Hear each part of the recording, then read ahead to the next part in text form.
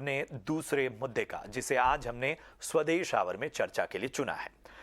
तो स्वच्छ भारत मिशन का सपना देश का करीब करीब हर नागरिक देखता आया है और एक तरह की बेहतरी उसमें नजर आई। लेकिन इस सपने के आड़े सबसे बड़ा रोड़ा है प्लास्टिक, जो रिसाइकिल तो हो सकता है लेकिन खत्म होने में सदियां लेता है।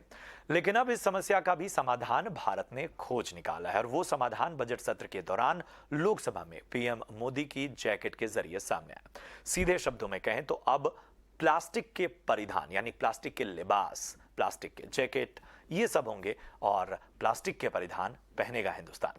दरअसल मध्य प्रदेश में इंडिया एनर्जी वीक के दौरान आईओसीएल की ओर से पीएम मोदी को एक जैकेट गिफ्ट उपहार स्वरूप दी गई और जैकेट भी ऐसी वैसी नहीं बल्कि रिसाइकिल्ड प्लास्टिक से बनी हुई जैकेट, जिसकी चर्चा इस वक्त चारों ओर है। स्वच्छ भारत मिशन के सपने को एक नई उड़ान कह सकते हैं, एक नया आयाम, एक नई सोच देती है ये जैकेट।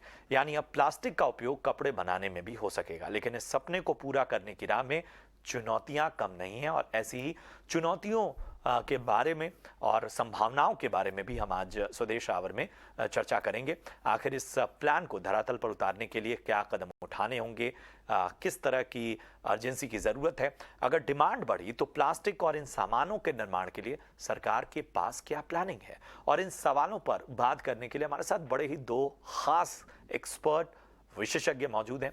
कपिल भाटिया हैं, सीईओ और फाउंडर यूनिरेक्स से, और स्टालिन दयानंद है, डायरेक्टर वनशक्ति से। सबसे पहले हम जाहिर सी बात है कि संभावनाओं की बात कर रहे हैं, तो कपिल भाटिया साहब आपके पास मैं आना चाहूंगा। प्लास्टिक की जब बात आती है तो सबसे पहले एक नेगेटिव विचार आता है कि साहब प्लास्टिक का उपयोग बंद करो, प्लास्टिक खतरनाक है, अब तो हमारे शरीर में भी माइक्रो प्लास्टिक के कण पाए जा रहे हैं। और इन सब के बीच एक खबर आती है कि प्लास्टिक के परिधान भी उपयोग में लाए जा सकते हैं। कितनी बड़ी संभावनाओं के तौर पर देखते हैं आप इसे? बहुत ज़्यादा बड़ी संभावना, बिकॉज़ आज हम तो ये अभी कर रहे हैं। यूरोपियन देशों में तो ये कई सालों से इनका इस्तेमाल हो रहा है। और कमाल की बात ये है कि वो कपड़ा इंडिया से ही बन के जाता है, भारत से ही बन के जाता है। सिर्फ़ यहाँ पर ये जानकारी लोगों को बहुत कम है कि ये मेड इन इंडिया एक इनिशिएटिव है। जैसे कि अभी मैंने ये जैकेट पहना हुआ है, ये भी रिसाइकिल प्लास्टिक से बना हुआ है। ये शर्ट भी पॉली कॉटन की है, जिसमें रिसाइकिल पॉलिएस्टर है, जो रिसाइकिल प्लास्टिक से बना हुआ है। सो संभावनाएं तो बहुत अनगिनत हैं। इनफैक्ट आई वुड से आज जो हम ट्राउजर्स पहनते हैं या जैकेट पहनते हैं, वो उन सब में पॉलिएस्टर है। अब मान लीजिए उस पॉलिएस्टर को अगर हम रिसाइकिल पॉलिएस्टर से बदली कर लें, सो द एंटायर जो प्लास्टिक वेस्ट निकल रहा है, उसका एक बहुत ही बड़ा परसेंटेज इसमें जा सकता है। एंड उस रिसाइकिल प्लास्टिक का जो यूज है, we can use it to a better for a better cause. बिल्कुल बिल्कुल। तो ये अहम बात है कि आखिर ये जो संभावनाओं का संसार है जिसकी ओर पूरी दुनिया देख रही है, इस पे बहुत सारा काम हो चुका है और भारत जो है वो इसमें अब आगे बेहतरी की ओर बढ़ रहा है। और जब बात आती है प्लास्टिक की तो सीधा उसका जो कनेक्शन है वो पर्यावरण से जुड़ता है। स्टालिन दयानंद साहब जो कि डायरेक्टर हैं वनशक्ति से, जाने माने पर्यावरणविद हैं और बेबाक राय रखते हैं और अक्सर हमारे साथ पैनल में मौजूद होते हैं। स्टालिन दयानंद साहब, बहुत बहुत स्वागत। सबसे पहले तो आप इस पूरी संभावनाओं भरे संसार को, क्योंकि अगर हम कपड़े की जब बात करते हैं तो सबसे पहले होता है कि साहब खपत इसकी ज्यादा है। तो जिस तरह का प्लास्टिक हमारे आसपास मौजूद है, क्या ये एक बहुत बड़ा विकल्प या एक बहुत बड़ा रास्ता हो सकता है इस दिशा में, इस पूरे जो हमने नुकसान हाल फिलहाल झेला है प्लास्टिक के वजह से, उसको एक तरह से कंपनसेट करने का? क्षमा चाहूंगा, मैं आपके राय से सहमत नहीं हूं कि प्लास्टिक का एक सॉल्यूशन मिल गया है। पॉलिस्टर की बात करें, पॉलिस्टर अलग चीज है, रिसाइकल प्लास्टिक अलग चीज है। दोनों अपनी अपनी जगह है। आप एक थ्री पीस डिनर सूट बनाइए, डिनर जैकेट बनाइए, वो रोज आप धोने वाले नहीं हो, वो ड्राई क्लीनिंग में जाता है, उसका और पानी का कनेक्शन नहीं होता है। उस तरीके के कपड़ों में ठीक है, एक टाइम आप उसको एक इनोवेशन कहिए या फिर एक ऑल्टरनेटिव कहिए, वो कर सकते हैं। लेकिन अगर आप रोजमर्रा की जिंदगी में रोज पहनने वाले आम आदमी के कपड़ों में अगर प्लास्टिक के रिसाइकल कपड़ों की बात करें, तो इससे बड़ा हानिकारक कुछ शायद हो ही नहीं सकता, क्योंकि जब आप इसको धोते हो तो इसमें से जो प्लास्टिक के पार्टिकल्स निकलते हैं, माइक्रो प्लास्टिक से, जाकर के पानी में चला जाता है, पानी से जाके समंदर में, नदियों में जाएगा, और नदियों में जाकर के उस वहां पे रहने वाले जीव जंतु के शरीर में जाएगा, जो हम खाएंगे, हम जिसका सेवन करते हैं। उसके बाद जब ये हमारे बॉडी में माइक्रो प्लास्टिक बन के दौड़ेगा, तब प्रॉब्लम होगा। देखिए, एक चीज समझ लीजिए, ये इंडस्ट्री के लिए बहुत अच्छी बात है कहना कि हम रिसाइकिल कर रहे हैं, रिसाइकिल कर रहे हैं। यह 20 साल से हम सुन रहे हैं रिसाइकिल कर रहे हैं। आप एक बात समझ लीजिए कि 5% प्लास्टिक सिर्फ रिसाइकिल होता है, 95% प्लास्टिक ओपन में पड़ा रहता है। तो रिसाइकलिंग का ये एक तरीका जो है, ये गलत है। आज साइंटिस्ट ने ये साबित कर दिया है कि माँ के दूध में माइक्रो प्लास्टिक आ रहा है, बच्चा माइक्रो प्लास्टिक पी रहा है। और आज जो कैंसर के केसेस बढ़ रहे हैं, उसके लिए सबसे बड़ा जिम्मेदार माइक्रो प्लास्टिक्स ही है। तो ऐसे समय में हमें इसका जो उपयोग है, जितना हो सके अवॉइड करना चाहिए। जो 3R कहते हैं, रेड्यूस, रीयूज, जो रिसाइकल बोलते हैं। लेकिन मैं तो कहूंगा एक ही R है, रेफ्यूज। प्लास्टिक से भागना बहुत ही जरूरी है, और प्लास्टिक से परे करना बहुत जरूरी है। इस तरीके का एक इनोवेटिव, जैसा मैंने कहा कि चलो एक बना दिया हमने दिखाने के लिए, है हमारे पास भी एक प्लास्टिक का रिसाइकल जैकेट है, वो ठीक है, लेकिन नॉट इन डेली यूज, बिल्कुल नहीं। ये बहुत ही खतरनाक चीज है। और इसी सवाल के साथ मैं कपिल आपके पास आना चाहूँगा। जिस तरह से स्टालिन कह रहे हैं कि बहुत ज़्यादा इस्तेमाल जो है वो उसकी प्रैक्टिस को बढ़ावा नहीं देना चाहिए। इसको एक एक एक सामान्य विकल्प या एक छोटे विकल्प के तौर पे और को ही देखना होगा। आप इससे कितना इत्तेफाक रखते हैं, और अगर नहीं रखते हैं तो आपकी इसके पीछे की दलील क्या है? दो पार्ट्स में आंसर करूंगा। सबसे पहले तो उन्होंने जो कहा कि इंडिया में सिर्फ 5% रिसाइकिल होता है।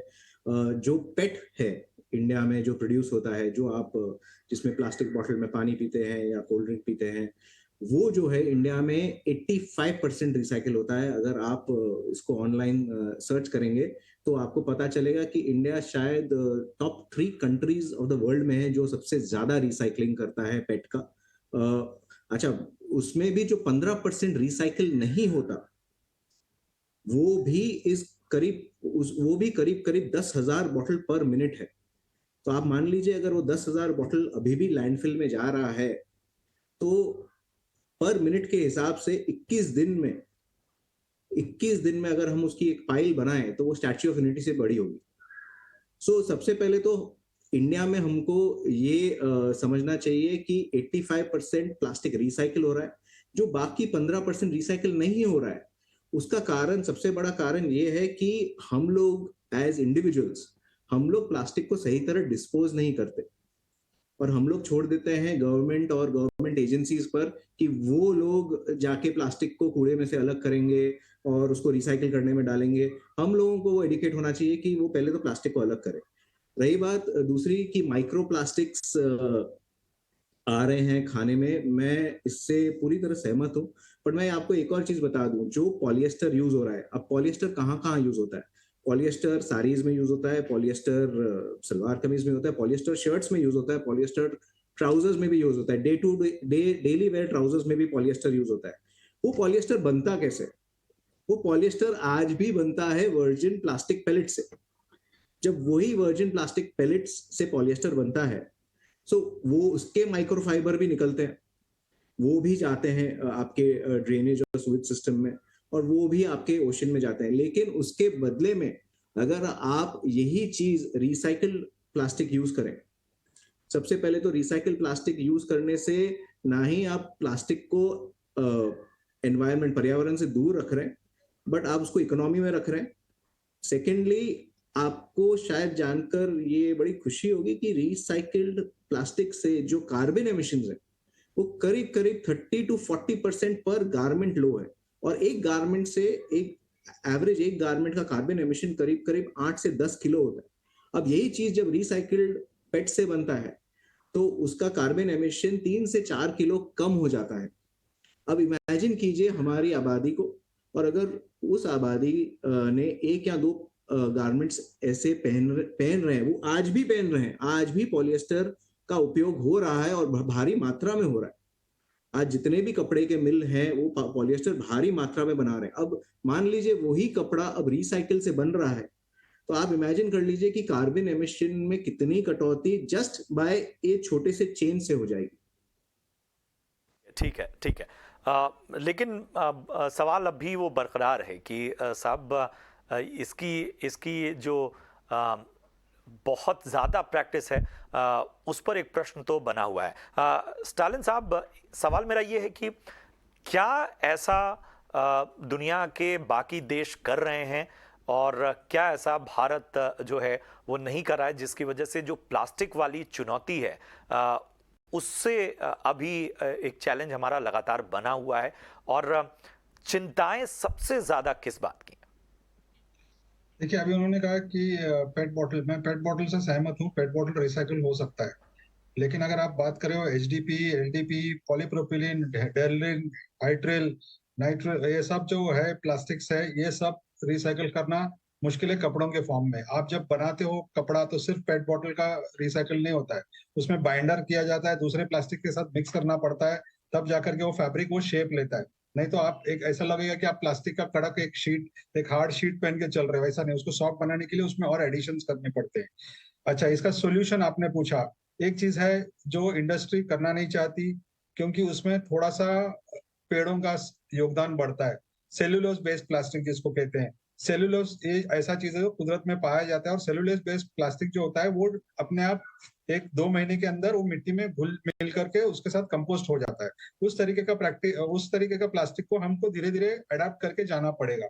अगर ये सेल्यूलोज प्लास्टिक अगर आप यूज करते हो पैकेजिंग में, तो आपका खाने का जो क्वालिटी है वो भी इम्प्रूव होगा। मैं बताऊं कैसे आपको, कि एक समझ लो एक पैकेट है, कार्टन है दूध का, जो आज आप दुकान में जाकर या फिर सुपरमार्केट से खरीदते हो, वो 6 महीना साल भर रखना पड़ता है। यानी आप जो खा रहे हो बिस्किट, वो भी तो आ रहा है कम से कम 6 महीना 2 साल का उसका उसका लाइफ होता है। लेकिन अगर आप सेल्यूलोज बेस्ड प्लास्टिक में पैक करते हो तो 2 महीने के अंदर वो खराब होने लगेगा, तो आप स्टोर नहीं कर सकते हो। जिसकी वजह से आपका खाना जो है वो फ्रेश ही रहेगा और आपको हेल्थ का क्वालिटी बढ़ता रहेगा।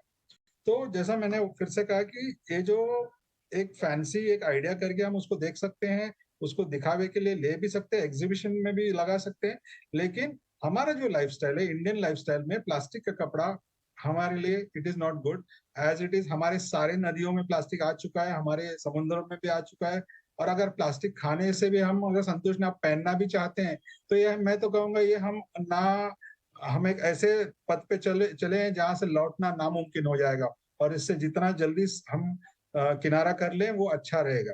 ठीक है, ठीक है। तो ये एक विकल्प हो सकता है, लेकिन एक बड़े पिक्चर में देखें तो वो शायद नहीं। लेकिन इस पूरी पहल में कुछ सोच छिपी हुई है, इससे भी हम इनकार नहीं कर सकते। और लेकिन ये भी देखना होगा कि हमें बड़े सुधार की ओर ज़्यादा बेहतर तरीके से जाना होगा। बहुत बहुत शुक्रिया करेंगे स्टालिन दयानंद साहब, इसके साथ ही कपिल भाटिया साहब, हमसे जुड़ने के लिए, उस खास विश्लेषण के लिए आपका भी बहुत बहुत धन्यवाद। और इसी के साथ यहाँ वक्त हो गया एक छोटे से ब्रेक का।